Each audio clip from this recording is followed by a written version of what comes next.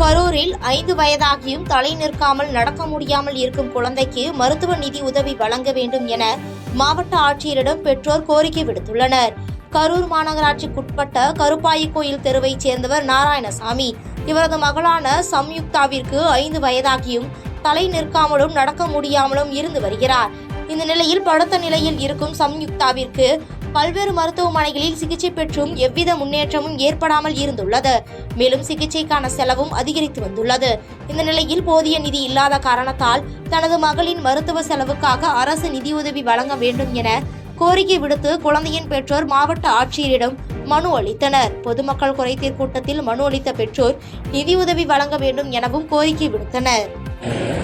Physio மட்டுமே பண்ணிக்கிட்டே இருக்கும்போது அதோட இடையில எலும்பு வருது. இப்போ அதை நான் ரெடி பண்ணி இப்போ தான் அந்த குழந்தைய ரெடி பண்ணியிருக்கோம்.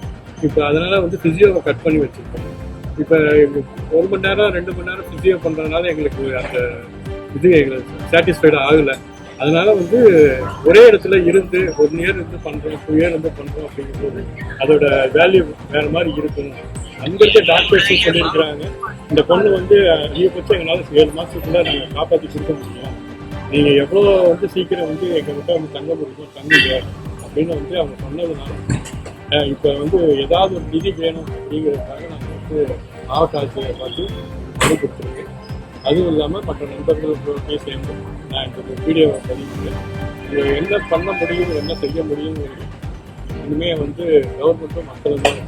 பாதகம் செய்பவரை கண்டால் நாம் பயம் கொள்ளலாகாது பாப்பா. மோதி மிதித்து விடு பாப்பா, அவர் முகத்தில் உமிழ்ந்து விடு பாப்பா. அண்மை செய்திகளை உடனுக்குடன் தெரிந்து கொள்ள இணைந்திருங்கள் எம் நாடு தொலைக்காட்சியுடன்.